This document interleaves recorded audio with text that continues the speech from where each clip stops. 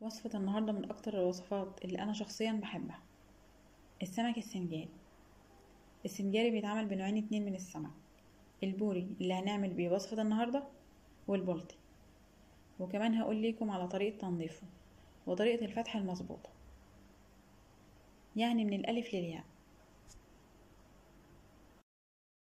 هنبدأ الفيديو بسم الله، وهسيب لكم المقادير مكتوبة في صندوق الوصف. أهم حاجة وزن السمكة يكون كبير وتكون طازة، ما تكونش مجمدة. أنا ساعات بجيب السمك أنضفه وأفتحه وأخزنه في الفريزر، ولكن ما اجيبوش من الفريزر او مجمد وافتحه وانضفه. هتلاقي الفص بتاعه مهري وبيسيب في ايدك وانت بتنضفيه. اول حاجه بالمقص هتخلص من الزعانف بالشكل ده كده، وبعدين بمعلقه او بسكينه ابتدي انضف السمك. سهل جدا. وانا مش عارفه ايه حكمه ان احنا ما نقصش الديل غير بعد ما ننضف السمكه، بس مش عارفه، انا اتعلمت كده علشان محدش يقولي في الكومنتات انت ما قصتيش الديل ليه. وانت بتنضفي السمكه خلي ايدك خفيفه عليها، ما تضغطيش عليها علشان الفص بتاعها يبقى متماسك، وتكون ايدك سريعه علشان السمك ما يسخنش في ايدك لو عايزه الفص بتاعه يبقى مظبوط. وبعدين اقص الديل.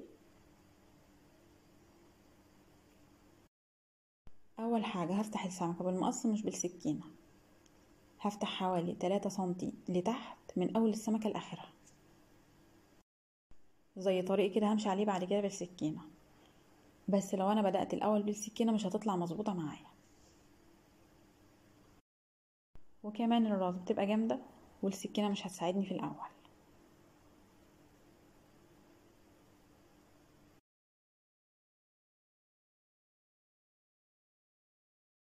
وبعد كده اجيب السكينه واسند السكينه على عظم الظهر بتاع السمكه، سواء من الجنب ده او من الجنب ده، وابتدي واحده واحده ما انزلش بالسكينه لتحت مره واحده. بالطريقه دي كده هتلاقي القلب سليم معاكي ومش متقطع، وبرضه هفضل ساندة السكينة على العظم بتاع الظهر لحد اخر حاجة.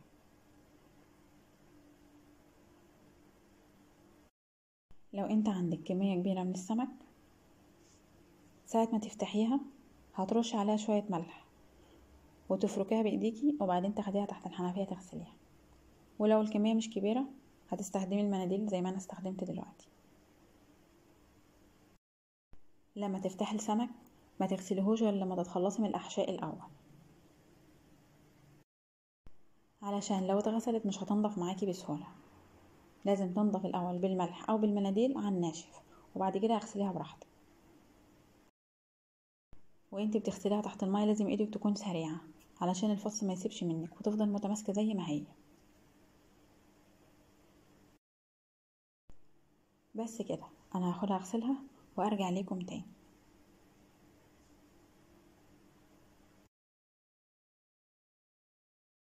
والخطوة اللي بعد كده هعصر عليها ليمون وامشي عليها قشرة الليمون بالطريقة دي عشان نتخلص من اي ريحة زفارة، والخطوة دي مهمة جدا. وبعد كده اخد السمك اغسله من الليمون بالظبط كده، وخلاص كده السمك بقى جاهز معانا.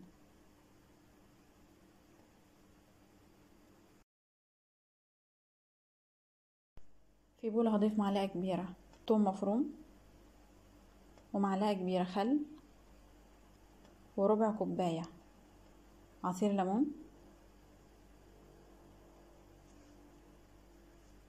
ومعلقة كبيرة ملح، معلقة صغيرة كمون، معلقة صغيرة كزبرة ناشفة. هقلب المكونات مع بعض كويس. وهنا عندي الصينية اللي هتدخل الفرن، هغطيها بورق ألمونيوم، وبعدين اجهز الورق اللي هيتلف فيه السمك. هجيب قطعة من ورق الألمونيوم على قد السمكة، واضيف عليها قطعة من ورق الزبدة، وادهنها دهنة صغيرة جدا من الزيت وورق الزبدة علشان ورق الألمونيوم ما يتفاعلش مع السمك.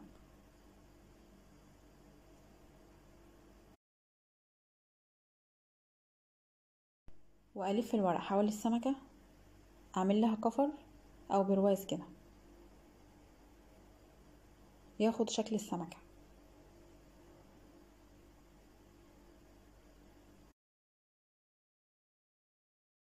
والسمك السنجاري بيتقدم بورق الألمونيوم، بنضيف الأطباق التقديم بالورق، مش بنشيل ورق الألمونيوم من عليه.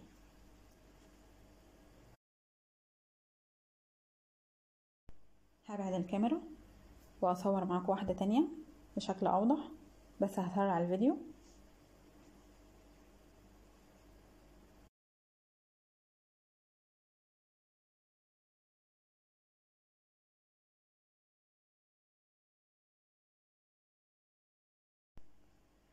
وبعد كده هبتدي أضيف الخليط.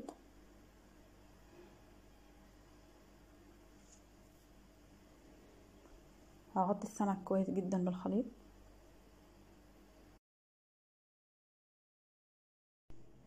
وأدهنه بالفرشة عشان أتأكد إن كل قطعة وصل لها الخليط. وأسيب السمك حوالي ربع ساعة، وبعدين أدخله الفرن. أشغل الشواية ياخد لون خفيف جدا، وبعدين نشوف هنعمل. أنا هنا عندي حوالي 3 معالق كبار من الخلطة، هخليهم على جنب علشان هنحتاجهم دلوقتي.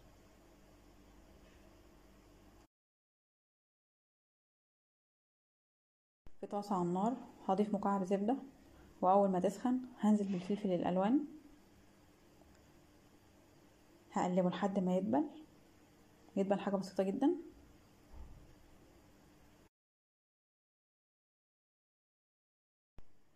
هنزل بالجزر المبشور واستمر في التقليب.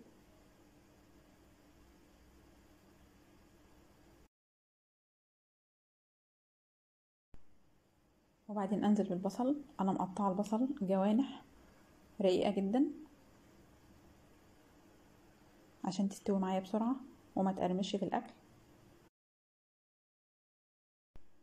وهضيف حبيتين طماطم متقطعين مكعبات صغيرة.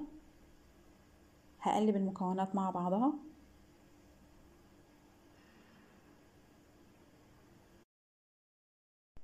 وهنا هنزل بالخليط اللي باقي من تتبيل السمك. طب الخليط ده لو مش باقي عندي، هضيف حوالي فصين توم مفرومين، ونص معلقة صغيرة كمون، نص معلقة صغيرة كزبرة ناشفة، وحوالي معلقة صغيرة ملح، او اظبط الملح على طريقتك. وانا هنا عشان عندي الخلطة ضفت نص معلقة صغيرة ملح، وانزل بنص كوباية كزبرة خضراء وشبت.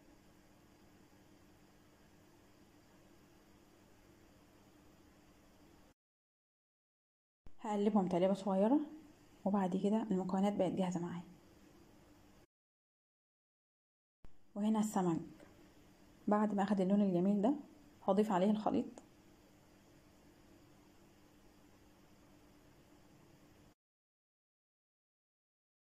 واغطي السمك تماما بالخليط علشان يدي طعم حلو وللفص.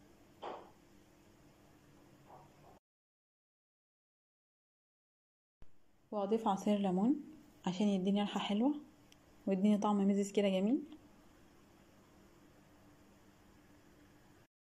وادخل السمك فرن ساخن مسبقا، فرن من غير شواية، رف اسفل، لمدة 15 دقيقة.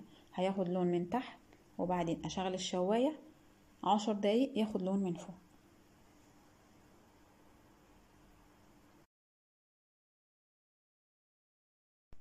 وهنا السمك بعد ما طلع من الفرن، الشكل اساسا بيتكلم عن نفسه، والطعم والريحة حكاية تانية. هزينه برشة صغيرة من الكزبرة او الشبت الاخضر، واضيف الاطباق التقديم. السمك ده بيتقدم في المطاعم مع العيش والطحينة والسلطة والمخلل، وممكن يتقدم جنب الرز بشعرية او الرز ببصل والسلطة والمخلل. والاجمل من كل ده لو اتقدم جنب الرز بالجمبري.